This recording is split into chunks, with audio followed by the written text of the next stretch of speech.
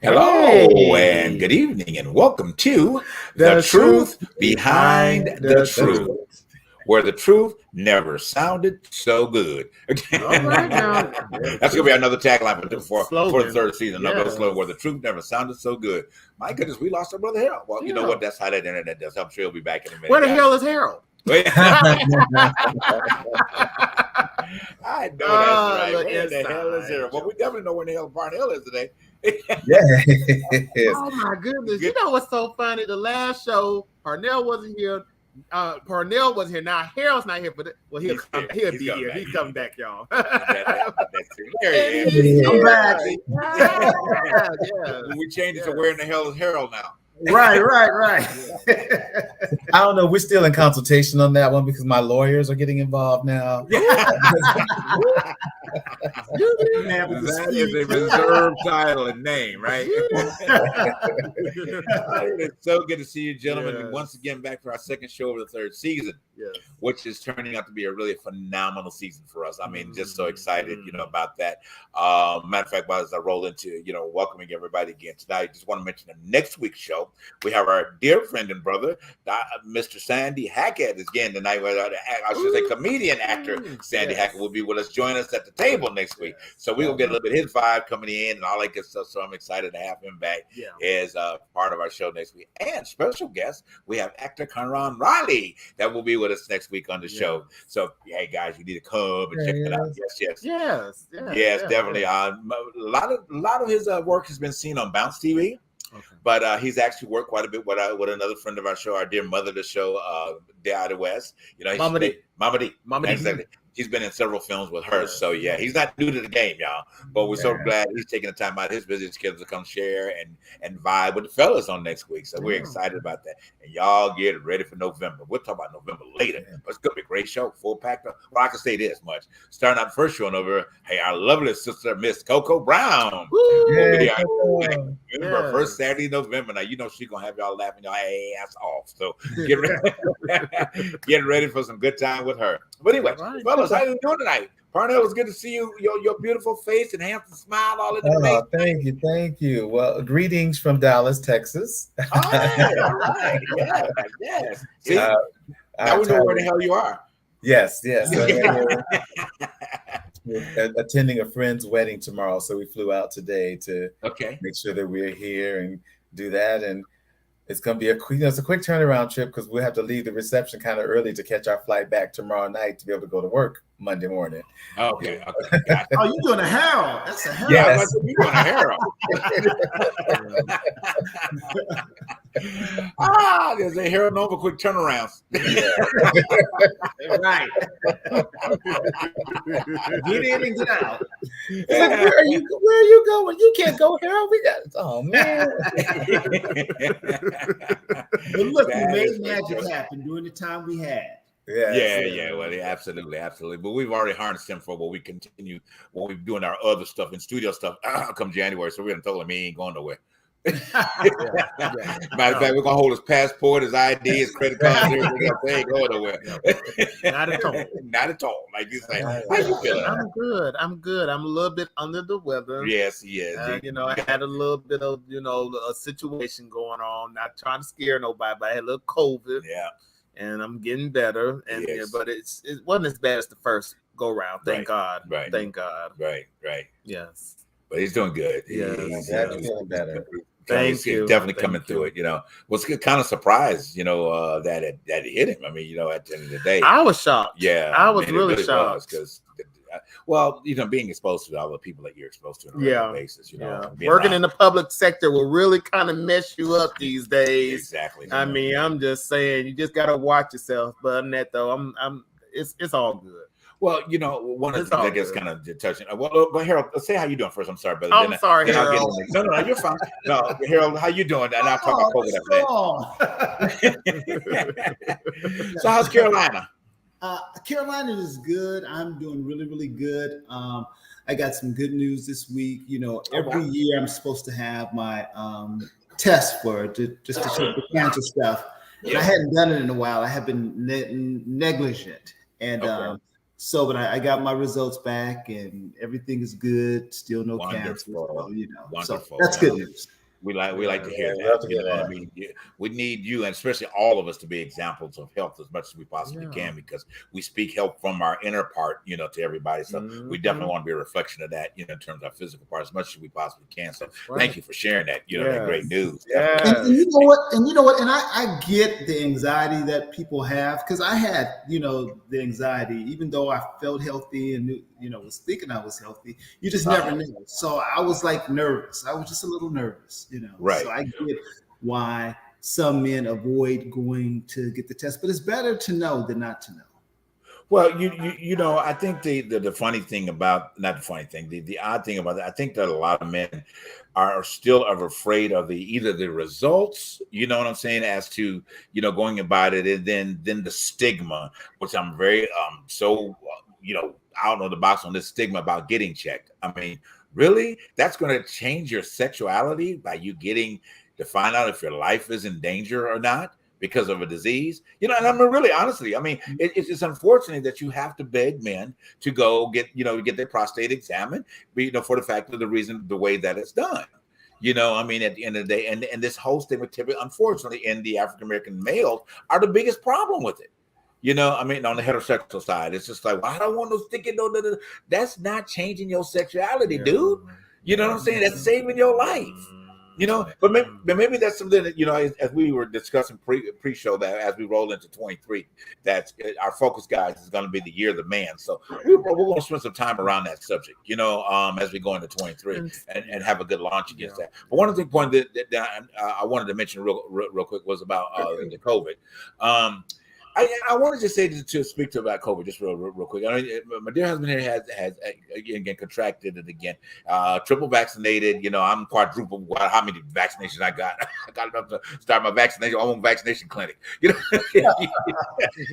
got them all. Yeah, got them all. But the thing about it is that I still will say that we have to be responsible as humanity, dealing with this, because, just because things are shifting and it seems to appear that life is going to, as they call, back to normal, we will never be back to normal as normal was 2 years ago.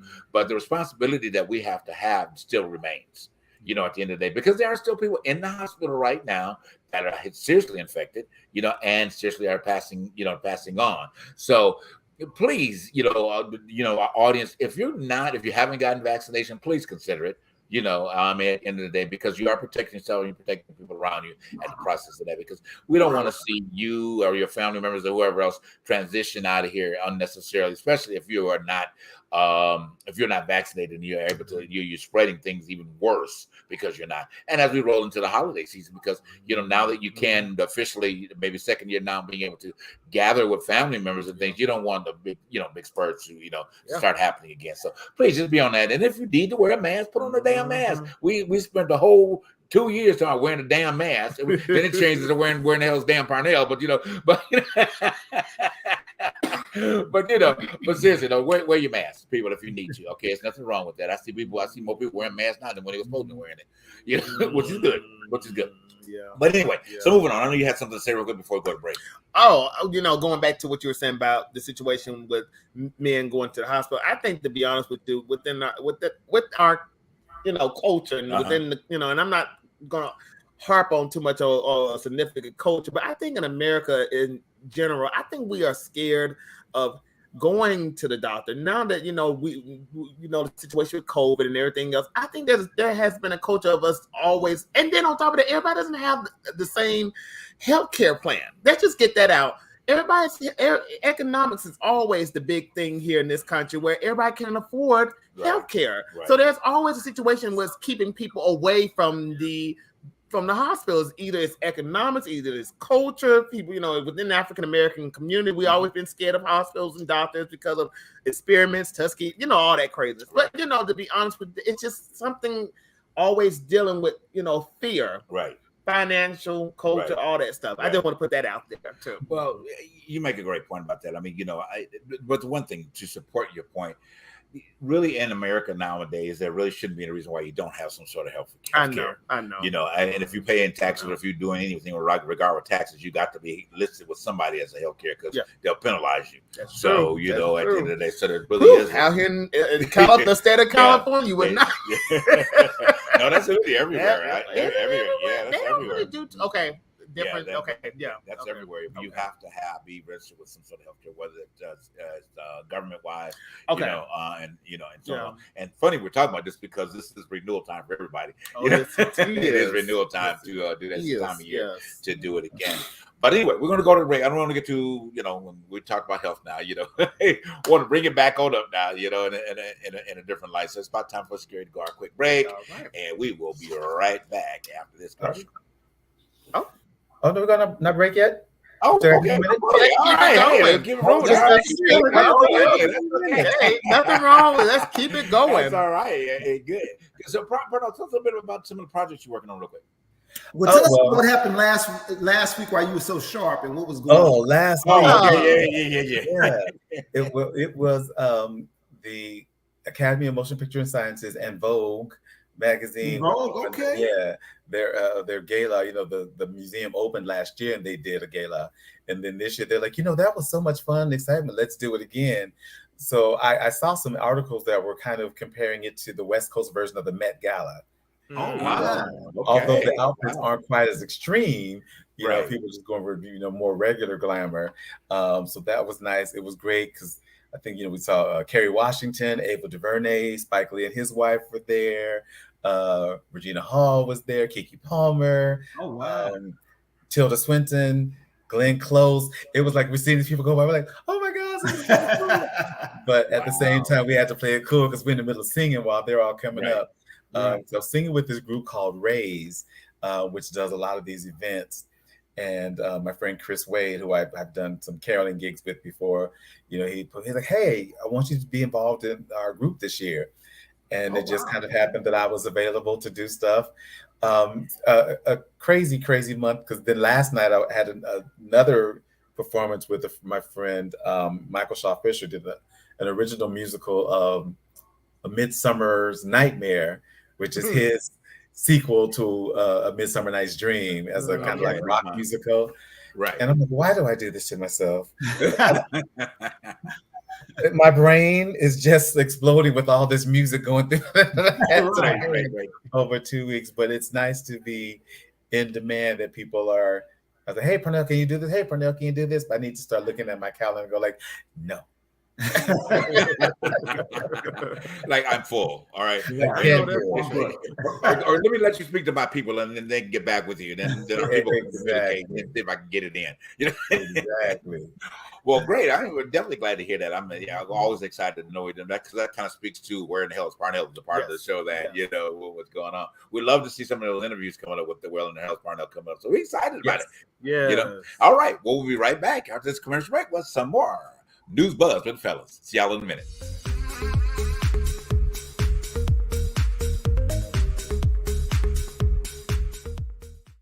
If you need a pickup, call Junk Stars. Yeah. If you need a dumpster or a demolition, call Junk Stars. Yeah.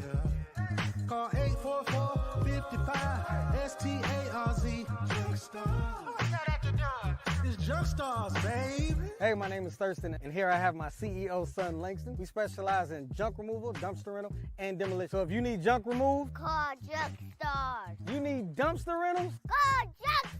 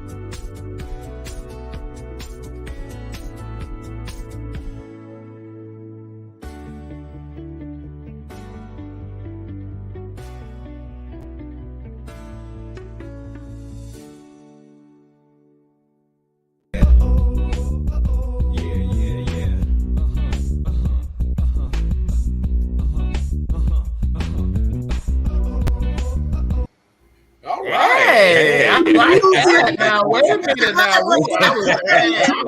was down with it. All right now. We on a new show. A new front going on. That's what we're doing. Okay. Right. We're on in. Now we back. Definitely. Again, want to welcome you guys back to the third season of The Truth Behind the Truth. Also want to remind you, definitely go check out our webpage. You can always be in touch with us through our webpage, as well as finding out what our guest lineup for that particular month is, and links to previous shows. Yeah. So just click there. You don't have to run all over the place looking anymore. We are centralized in one spot, right at the bottom, The Truth Behind the Truth Productions.com. Go there, like it, share it, and move it on, make it happen. All right, we're gonna dig in. All right, news buzz. Okay, news buzz. Let's see, it's coming. All right, y'all ready? Yes. Y'all know midterms are coming through. Yes. So I mean, are we all ready? Oh yeah, everybody ready to pour some tea. Yeah. Well, you're in one of those battle situations in North Carolina. Y'all might as well. I mean, it's a mess. Right. It's a mess out there, y'all. I'm sorry. Go ahead. I mean, I'm just saying the whole thing is a mess. You know, we're going to talk about this Herschel Walker and Raphael Warnock situation that's going on out there in Atlanta or out there in Georgia. Yes. Wherever you want. I just, let me just say this. Okay. I've been hearing from Twitter because I'm always on Twitter a lot. Uh-huh. And you know what? I wish, and I'm hoping and praying that there is going to be a change, and hopefully it is a blue change coming through Georgia, because seeing what I'm seeing from Herschel, I can't foresee that. Okay, I can't foresee that for the future of Georgia. I just don't want to see it, and it's giving me really a hard, it's just giving me that weary feeling of what if, but I don't want to even confirm that, because I want Raphael Warnock to win, because other than that, if you put that fool in there, y'all know what, y'all up the creek without a paddle. Well, I'm just saying. Go ahead, Pranav. Oh, I was just gonna say I am work with the police, but that's all right. And it's sad because Herschel Walker was an outstanding athlete, right? And that's kind of where it stopped. Thank you. Okay. That was like, he's not a great father, not a great husband, not an intelligent person. Okay. And it really is just a sad state that we see people who just want to vote for somebody just so their party remains in power. Yes. Right. I'm definitely, I mean, sometimes I think the Democrats throw their people away too quickly, but at least if we see somebody's problematic, especially on this level, like absolutely not. We cannot stand behind you, because it is more about the integrity of a person. Like some things we kind of like, okay, well, that was kind of messed up, and we're going to censure them, or we'll call them out on it. But their greater body of work is worth more than this mess up here, unless it's something like huge. Right. So to see what the Republican Party has become is really kind of sad, because it's like, even though that's not my politics, up until the clown got into the office, there were still Republicans that I'm like, okay, well, I don't agree with your politics, but at least I can see you are a decent human being. Right. Decency just seems to have just went all out the window, because it's all about maintaining power now, and that's just like, well, you brought this on yourself. Right. when that party crumbles, they brought that on themselves. Right. Exactly. Go ahead, I was gonna. No, I was just going to say, it's just really sad, because when I was a youngster, I used to look up to him, know. And we both said that last week, and how this, in my opinion, has tarnished his legacy. But I also think about other people who have done that. When I was in college, I remember being such a huge fan of Ben Carson. I remember reading his books, The Gifted Hands and Politics, and I was so disappointed, because again, there's another case of someone tarnishing their legacy. It's like, what are you doing? What are you doing? And so it's just really sad to see. Right. Yeah. Great surgeon, can't take that away from him. But just right. Great surgeon. Yes, absolutely. Right. Oh yeah. Ben Carson. Yeah. Right. You know, it's funny how after the surgery, you're smart in one room, you step out the other room, you get stupid in another room. Right. With it, you know, and just to speak to Herschel Walker's situation, I mean, I too, you know, I mean, collectively all were. Obviously, you're a little young to remember all of Herschel Walker's positive antics. You know that he was somebody to look up to. I mean, you know, number one in the Heisman Trophy, all these other type of things. You know, good-looking player. You know, all these other type of things that were out there at one particular point in time. And realistically, I was going to say this last week. I think that he just probably got his head bashed too much when he was playing. Okay, I mean, really, at the end of the day, because the ridiculousness that this man has gone to, the lengths that he's gone to is just unbelievable, you know. And then the fact that, I mean, I don't even have a problem with him changing parties. I don't even have a problem with him being a Republican, but be a Republican for the right reason, like you said, Parnell. If you're gonna be a Republican, be it for the right damn reason, not to just be, you know, putting things out there and knowing that things that you are quote unquote standing against, you have been far guilty in a deep way of being involved in them. That's the problem with me. I mean, that's the layer of stupidity I don't understand. You know, you know damn well you paid for the damn abortion. Just say it. You know what I mean? It would be more forgiving for you to be transparent and honest and presenting the truth behind the truth, you know, rather than coming up here being the lie behind the lie.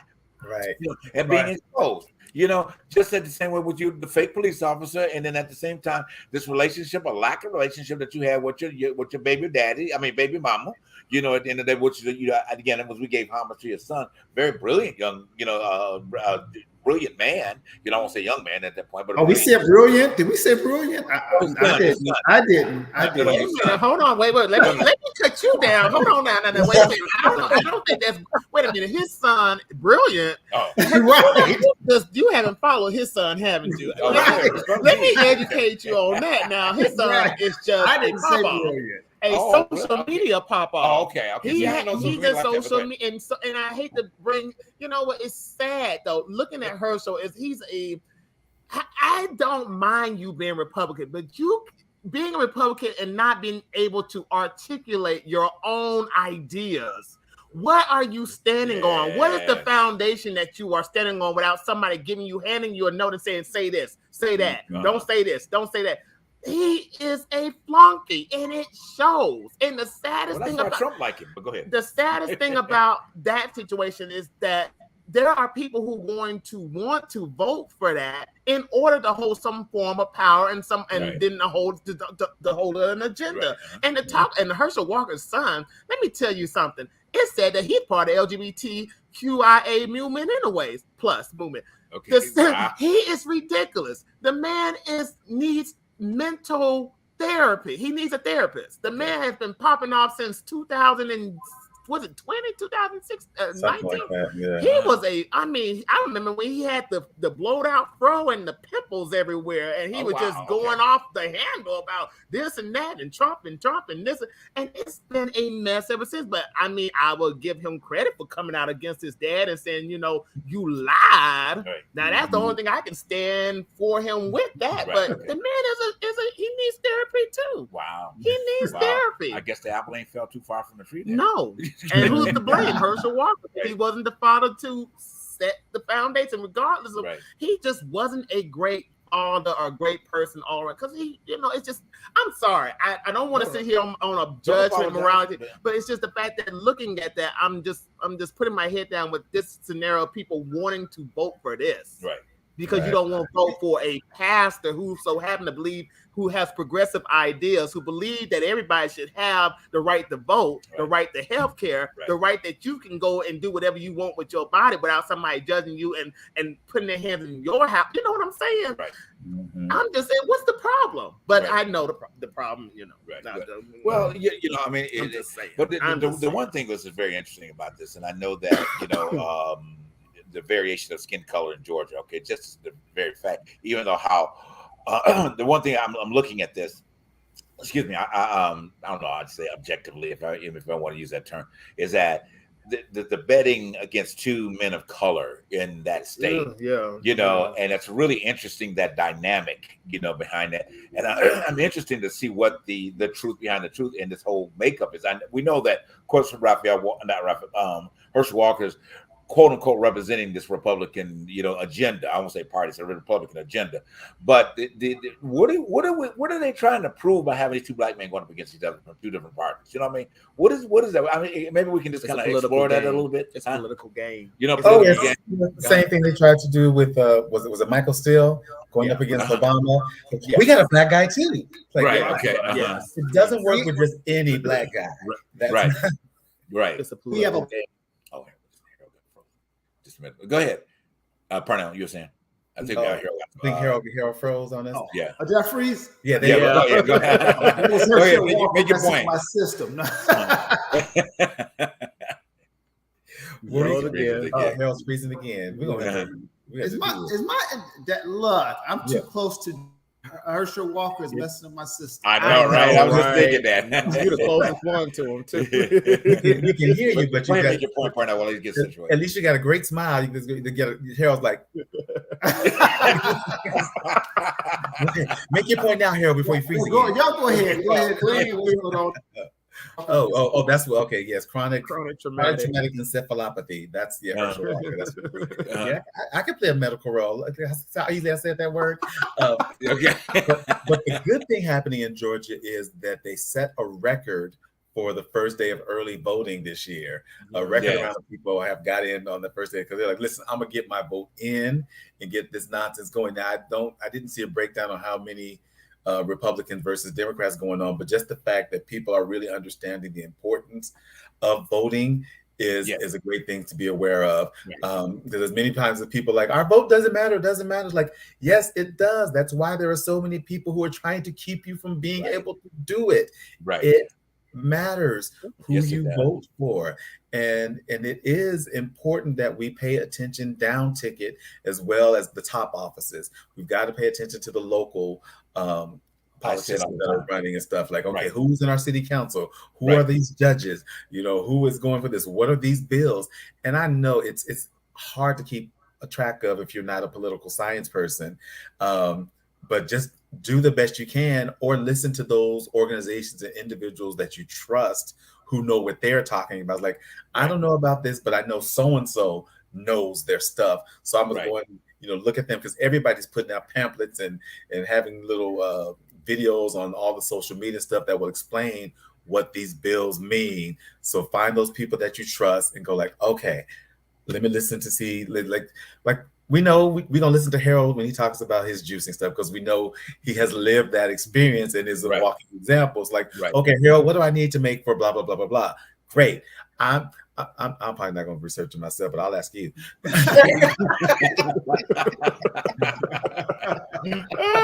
What is your odds about that? But the fact is, though, I just don't understand. If you don't think your voting counts, why are you in this country in the first place? Why are you sapping up resources that other people who do and involve themselves in civic duty do? Why are you in places and spaces where people are that you are sitting in somebody's situation where they're putting their tax dollars in, and I'm just saying, what's the purpose of your existence in somebody's country if you don't take, are you not involved in civic duty? Right. Because that is a part of being within these United States. I'm just saying, you know what? If you want to go into a social, I don't want to call it a social. If you want to go into a totalitarian government, let's go into that. Hey, I'm just saying. Here's the thing. And Parnell, you were so eloquently kind of putting it out there about the voting and understanding the levels of voting. We can always sit back and blame marginalized communities, information not getting to people and all these other type of things. But it's mighty funny that every Sunday we get these marginalized communities get together and a place called the House of what they call worship, and they talk about everything else. They talk about heaven and hell and trying to send everybody there. Okay, but never take the opportunity to really fully educate the people in those communities about the need and the responsibility of voting. It's a responsibility, and then whether you're Democrat, Republican, or whatever the case may be, look at the reasons why it's there. Okay, look, put the Bible aside. Okay, at the end of the day, put it down. Because most of y'all ain't teaching the right stuff about it anyway. Okay, put it down and let's talk about some politics. At least you can educate the people in the congregation on what they need to do. because if you don't, we're going to keep being in the same situation. I didn't want to say just the Black community, okay, but at the end of the day, it infects all of those communities. But it's public education to it. Well, yeah. Okay. We don't have civic classes. We don't have civic classes anymore. I mean, at the end of the day. But then again, here is I'm not debating that. But here's the thing also with that is that the parents, are not parents anymore. Okay, at the end of the day, they don't feel like it's their responsibility to put their children or to lobby the local, school boards to have these right ethic classes available to them. Okay, so you have a group of non-intelligent young people that are being released in society that don't know. Hell, I mean, before I graduated, government was a requirement. You could graduate without government. I mean, at the end of the day, so it really, it's unfortunate that it is in this particular situation about that, and how to go about it. I'm not sure.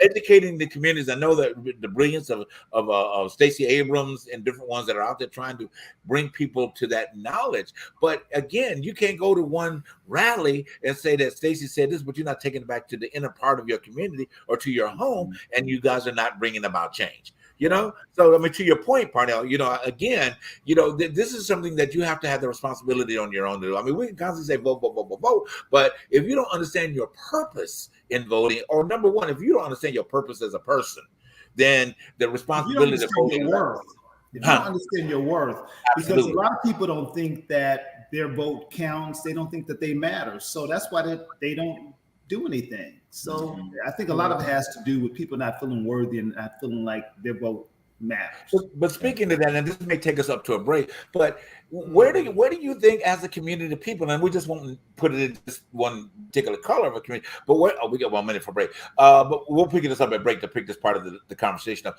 But and I'll leave it out there as a question so we can think about it. So what do you think, Harold, to your point, what can we say to these groups of people individually to help them find themselves, and realize that they are important, their vote does matter?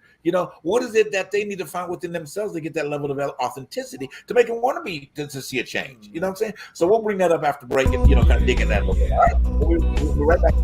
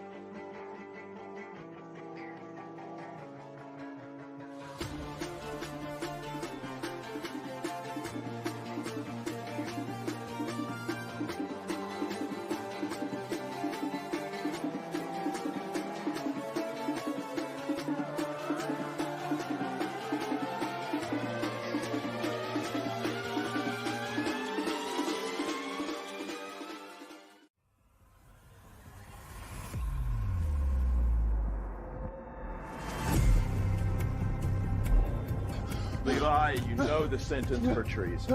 While health officials try to figure out whether pets can carry or spread this new virus. I saw something that could end us all if we don't stand together and fight. You released a substance that was chemically unstable and hadn't been tested yet. It was put to good use. What if I told you I could get you back something that you really wanted? What would you do?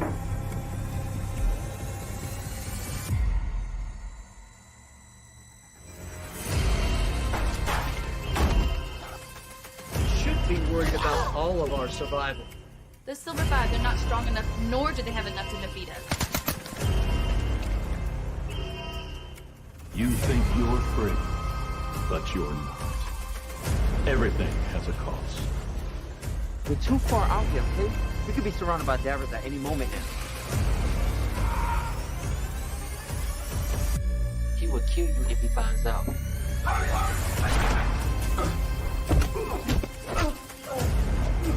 You should speak when I tell you to speak.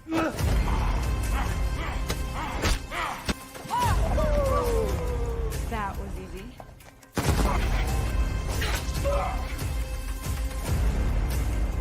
The longer we stay here, the more will come.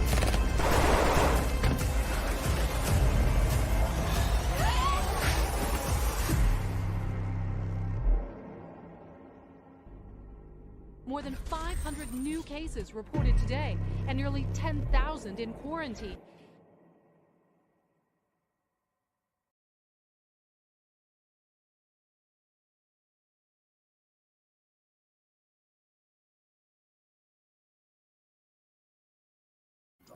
All right, and welcome back. Yes, guys, I guess it's at the right point to be showing a takeover because Halloween coming up in a couple weeks. Oh, wow, yeah. Yeah, I am so glad. I'm so thrilled about that film. I had a great part, to be a part of the wonderful cast, and that was my opportunity to play a doppelganger. So it won't be available to the general public just yet, probably not till 23, but I do have my private copy, so Parnell, you can come over anytime to see it. Movie night. That's it. When you come here in January, you'll get to see it when you come back to town. All right. But yeah, so again, I applause out to the cast and the producer, director, writer, Trent Harris, for doing such a remarkable job on this film. But I'll keep you guys posted as to where it will become available, because it is set to go to some film festivals real soon. So we're really excited about that as well. But we'll keep you posted when it does become available, whether it be Prime or in the local theaters, wherever you are. So get excited! Yay! Yes. All right, so let's go ahead and dig back what we were talking about before. So we're looking at reasons to encourage people to understand how letting themselves know, even from a historical standpoint, why their vote matters. And speaking to that, you want to go first, Cheryl? Well, I think a part of it has to do, if we're really honest, in our community, we don't support one another. We don't lift up one another. And I think that has a lot to do with us not feeling worthy. We don't support, our businesses, Black businesses. The moment somebody has a bad experience with one Black business, they can just count them all out. So I think it really starts with our community in the way that we don't really support one another. Okay. So how do you think that we could start supporting one another? I mean, what do you think that how can we start developing that level of trust? Do you think that, I would say, people from, I think moving people from typically our generation, and that's a whole conversation right there, that's what is the problem, the major influence of the problem we have is a lot of the people, or the last part of the boomers and whatever the case may be, because they're so infected, that you're not affected, but are affected by either not dealing with the trauma that came through the civil rights movement, even though we were young and we were babies and all this type of things, and not moving past that to develop a better understanding for the generation that came after us. Typically, if you have children or whatever the case may be, I tell a lot of them. I've even told my own son, I apologize for not being the best example, for you, in being able to bring you up to another level of understanding, as a person in this society, because I don't know where we lost it, but I know kind of went an odd direction with that, but that's kind of my thought real quick. Go ahead, Parnell. I think some of it is just that a lot of us are just overwhelmed. Day-to-day life is just overwhelming of life. I mean, just even in LA, being able to afford an apartment by yourself, most people are working 2 jobs minimum just to make sure the ends meet. And being on top of that, plus with coming out of this pandemic and then the monkeypox and deal with that, and then trying to be aware of politics, is just like, oh my God, it's too much. I can't. I just cannot. I'm insane. And I know we hear that a lot with how we don't support each other. And I think it depends on the community, because we still have like Africa Town in LA, the Leimert Park area is still going on, that there is a community who was just like, listen, we need to retain this because they're gentrifying it, which means white folks are moving and taking over. And we need to still have an area that is ours, that we run. And the powers that be, the developers and stuff, trying to keep the economic power out of Black hands. Same with the Baldwin Hills Mall. I mean, there is a Black, I talked about this a while back, there's a Black organization who has had the funds to be able to buy that mall and keep it in control of Black people. But they've been finding all kind of loop-de-loops and hurdles to make them jump through to give these other. Was that used to be the Fox Hill Mall? Is that the one that we? No, not the Fox Hill Mall. The Baldwin Hills Mall, right there on Crenshaw and Martin Luther King. Okay, gotcha. And that it's just that. So it's those concerted efforts, I think, that have people thinking like, well, it don't matter. I say, yes, we understand that the system is rigged against us excelling. However, when we do band together, we can move forward. We can have progress. And I think that's also where it comes, where it can't just be a thing of us doing it by ourselves. Right. That's where coalitions come into play, with with the stuff that happened with the LA City Council, with those remarks from the Latino council members, that are very anti-Black, that it was important that there were Latinos coming like, no, y'all got to go. Y'all got to go. We cannot have this. There is a lot more Black and brown unity that is happening than what is being portrayed. Yes, there is tension between our communities, depending on who it is and who is interacting, but there is also a lot of togetherness, bonding, yes. People who understand the interconnectedness of our different communities. So the more that we get that going, that we understand how important that is for us to band together to create change and realize that we're not each other's enemy. That we've got to, the brown folks got to talk to the Black folks. We got to talk to the alphabet folks. We got to talk to women. We got to talk to the Jewish community. We got to talk to the Asian community. We've got to talk to the Arab community. We all have to have these conversations. We're like, hey, wait a minute. If we band together, we can create change.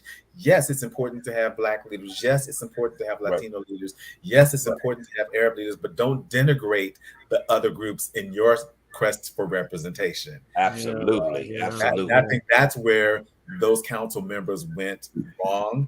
They went that the whole anti-Black thing, and with the F so-and-so, he's with the Blacks. And let me show you where you fucked up. It was right there. Right there. It was right there. Right there. Exactly. Yeah. But that's such a good point that Parnell made, that so many people are just overwhelmed. They're just in the struggle. They're just in survival mode. They're not thinking about politics or who to elect. They're just trying to put food on the table and pay their bills. So I think that's a big part of it. But being overwhelmed with, and I feel that too. I felt that as well, overwhelmed. But when you're overwhelmed, you start to sit down and you start to really think, why am I overwhelmed? And who is making me overwhelmed in the first place?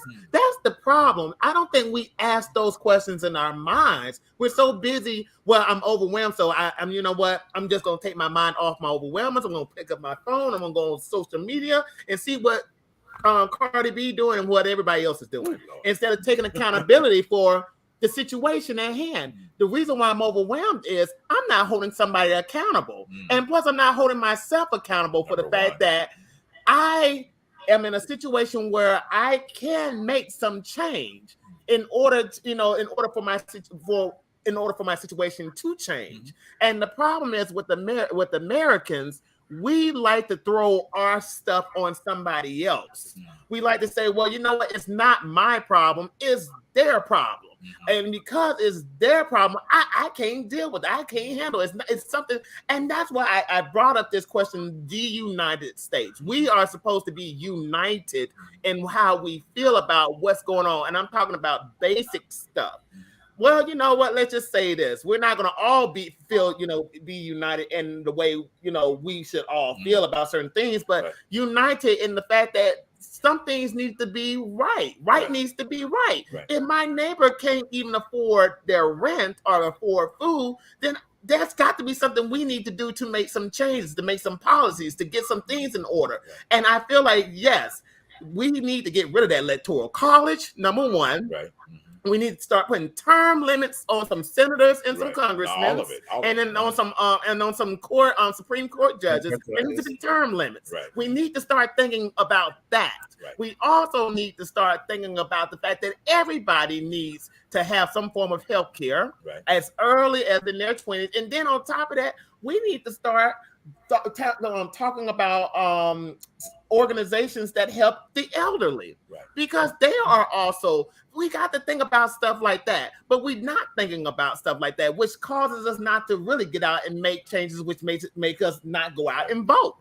So when you're not having these conversations within your home, with your loved ones, with your children, about what makes America great, and that was one of the things I said about Trump. That was a great slogan. What makes make America great again? But what makes America great? We have the basic liberties to make changes within our own lives, which other countries don't. Well, he stole that slogan like he stole a whole bunch of other things. So it wasn't an original thought. He didn't make America great. I thought that was somewhat of a good story. Well, his version of "Make America Great Again" was make white people in charge of everything again. Right. That's really what that was. Right. It just came from the wrong mouth. They just said like that. Now, if it would have came from Obama's mouth, would have been received differently, though. But when was America great? When was America great, though? Yeah, exactly. That's what I was going to say. When was America great, and for who? You know, when we were enslaved. When we were enslaved. I mean, when was that? That's a good opposing question. Right, America is starting to get. Starting to. Yes, I was like,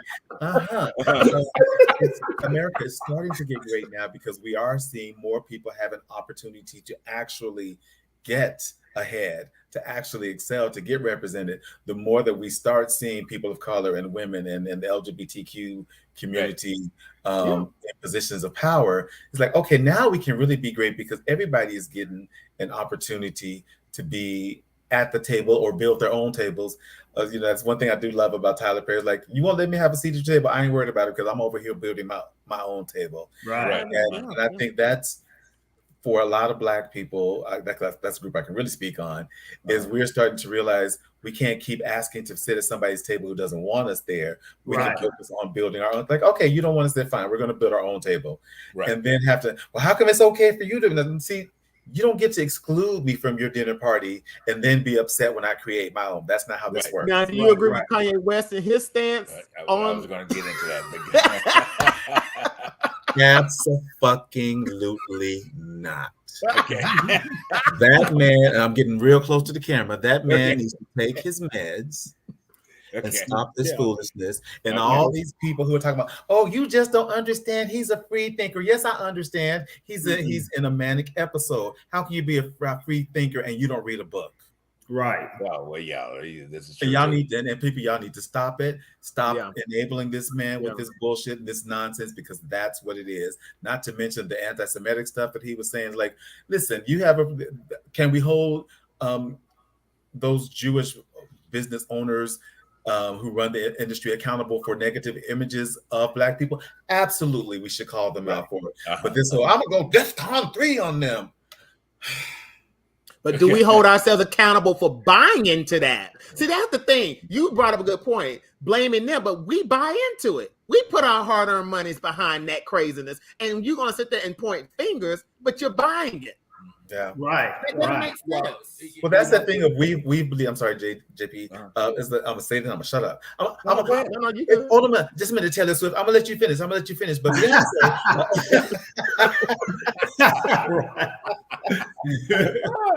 no, but go ahead.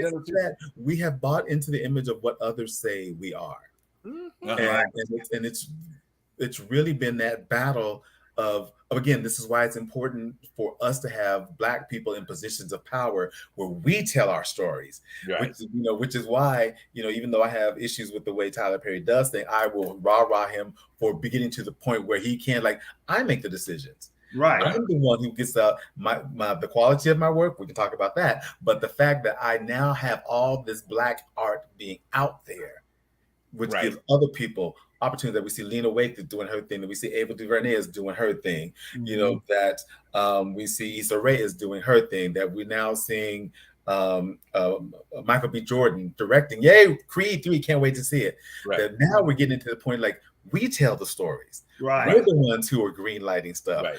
We're making that happen, and we're not waiting on other people to tell our story. And we sure as hell don't need another white savior story coming in. Yes, there have been white people who have been involved in the struggle. Absolutely. We can tell the stories. However, there are so many of us who have done the work and are doing the work. Those stories need to be told. Right. All right. I totally agree with you there. We're going to take a quick break because I had a point I wanted to make. We'll be right back after this break. And maybe I'll get it in, maybe I won't. But we'll see you in a minute.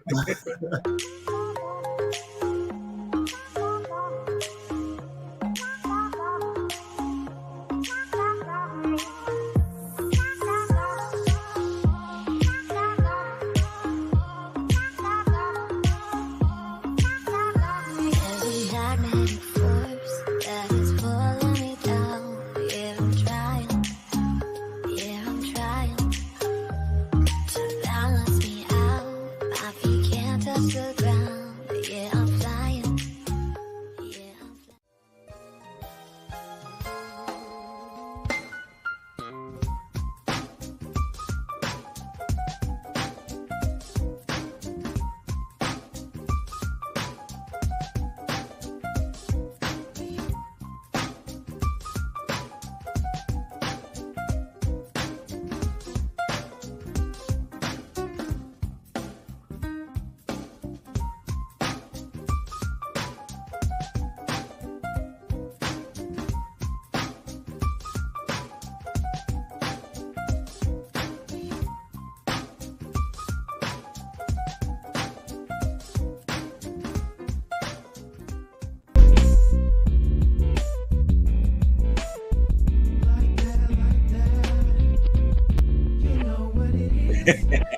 All right, and we are back, guys. Thank you so much. And I tried DJ tonight. I don't know where he is, but he's doing something tonight. Getting the party started up in here.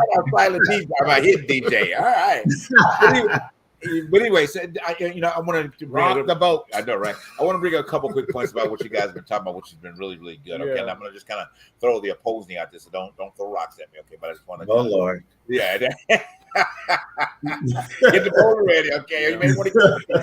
All right, but what we have to always do is it's good that we're out there encouraging one another. We only have a short period of time to bring this all together, and I get it. We're trying to wake up the part of this the African American community that has still sleep.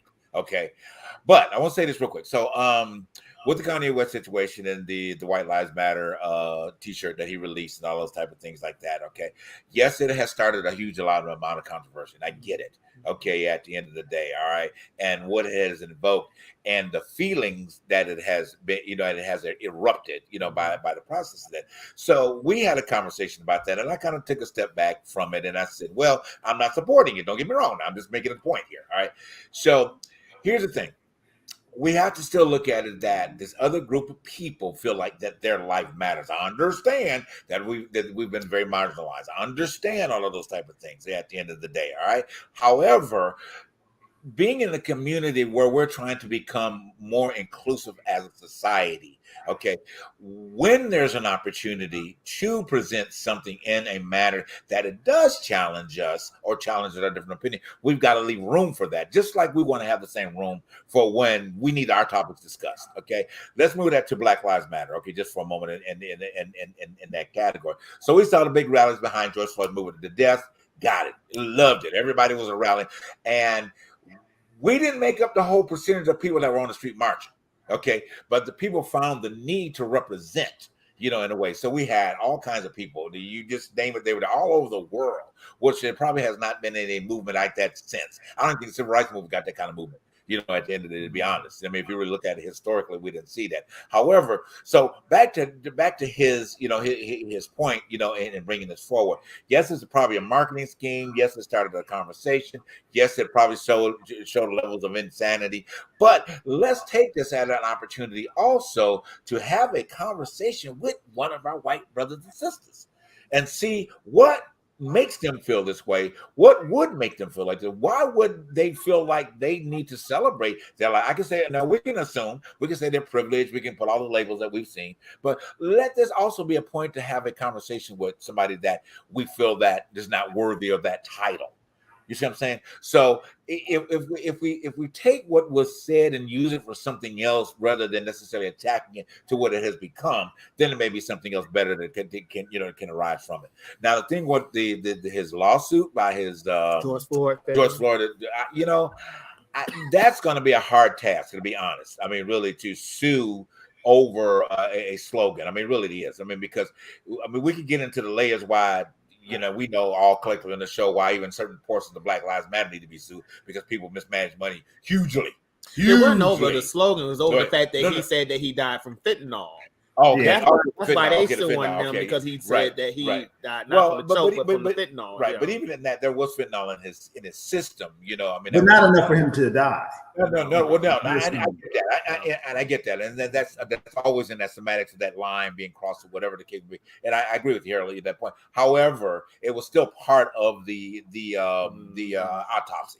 You see what I'm saying? So it always in the legal system, it's going to be that very fine line, whether that's being said as a direct connotation or was it an alleged? Was it? I just bringing this up because it may have been. I know what you're saying. Like I said, this is just highlights of the things that we have to think about in the facts of exploring the truth behind the truth. Yeah. We all have our truths that we want. We view it. You see what I'm saying? But I say this? Can I say I'm so tired of the white validation and black folks wanting whites to validate them. Right. It is sickening to me. At what point do we arrive at a level of success or just awareness of being woke that we stop seeking white validation? To me, that's what Kanye West is seeking is white validation. Right. I don't think he's mentally ill. I don't know what the hell is wrong with him, but this white validation that so many black folks, and I get it. We had to play that game and we had to do that, to make it. But damn, when are we gonna wake up? It's sickening. It is. When are we gonna wake up? Well, true. Let me say this real quick. I know, Pernell, you could take a couple minutes to say minutes to just say what you want to. So let me say this. So even and to your point here, very, very, very good point about that. So the thing about it is that one of the things I think that we have to stop doing is when we present the craft as an actor, do the work. The validation will come. And I think what happens is that we make this announcement every time that we do something seeking somebody else's validation. We really, because we put it out there like that, I think, in my opinion, I think that we want somebody of the other persuasion to say, you know what, as a Black actor, you've done this, or as a Black talent, you've done this, or whatever, rather than just being the talent of the craft. You are a successful business owner because of the talent and the craft that you have invested in the information you have done to be who you are.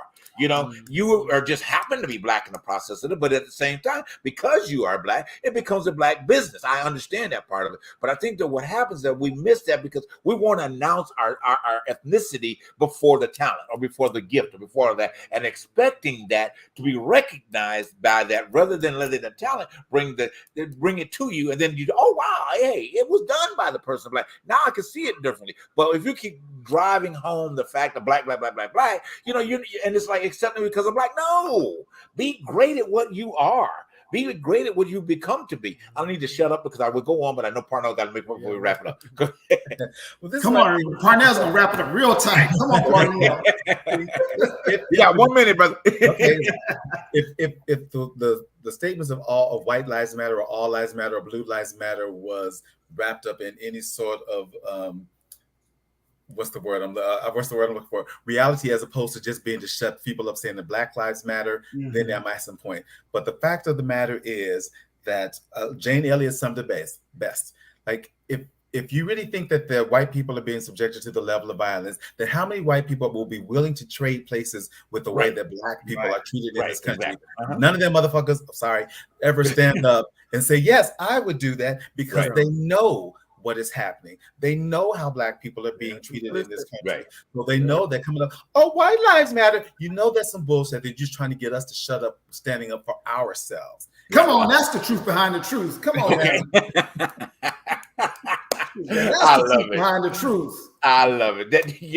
That's why we have such a great show, because we are exploring the truth behind the truth. Whether everybody agrees with it or not, you have to assess your truth behind what we're saying. But we do support and love everybody. We just want you guys to seek what you need to do out of your own.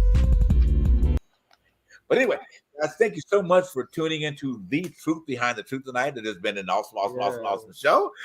See you again. Join us next week. We'll have Sandy Hackett with us, our Caucasian brother. Okay, that will be with us next week, and a Jewish Caucasian brother. Okay, so y'all gonna love that. All right, and an actor, getting tongue tied, translating. Karen Riley will be with us next week as well. Y'all have a powerful night. As again, hey, we love you. Thank you for tuning in. We'll see you right here. Where? On the Truth Behind the Truth. Good night, all.